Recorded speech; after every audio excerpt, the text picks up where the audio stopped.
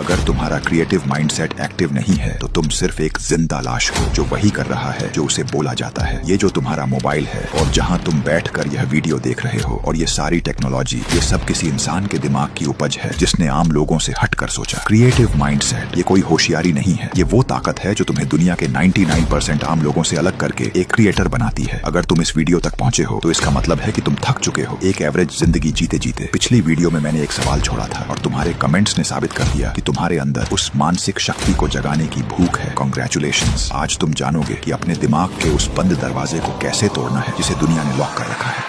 ध्यान से सुनना। तुम्हारे मसले क्या हैं? मेरे पास बिजनेस आइडिया नहीं है, मुझे बिजनेस करने से डर लगता है, मुझसे यूट्यूब नहीं हो रहा, मेरी पढ़ाई में मन नहीं लगता, मेरा ये मेरा वो। मेरे भाई, ये मसले नहीं है, ये तुम्हारे दिमाग का धोखा है। क्रिएटिव माइंडसेट का मतलब ये नहीं कि तुम पेंटर बन जाओ, इसका मतलब है कि तुम उन रास्तों को देख सको जो किसी और को दिखाई नहीं देते। अगर तुम्हें लगता है कि पैसा मेहनत से बनता है तो तुम पहले से ही लेट हो। दुनिया के 99% लोग एक ही ट्रैप में फंसे हुए हैं और वो ट्रैप है हार्ड वर्क का भ्रम। जो लोग आज सिस्टम कंट्रोल कर रहे हैं वो मेहनत नहीं करते, वो दिमाग इस्तेमाल करते हैं। और मैंने उनका पूरा सिस्टम ब्रेक किया है अपनी किताब the dark side of money में। इसमें वो सब है जो तुम्हें कभी स्कूल, यूट्यूब या किसी कोर्स में नहीं मिलेगा। Real psychology hacks, manipulation frameworks और पैसा बनाने के हिडन सिस्टम्स। लेकिन एक समस्या है, ये किताब सबके लिए नहीं है। अगर तुम एवरेज रहना चाहते हो इग्नोर करो, लेकिन अगर तुम सच में गेम समझना चाहते हो तो अभी नीचे व्हाट्सएप नंबर पर मैसेज करो डार्क। मैं हर किसी को एक्सेस नहीं देता, सिर्फ उनको जो रेडी होते हैं सिस्टम के खिलाफ खड़े होने के लिए।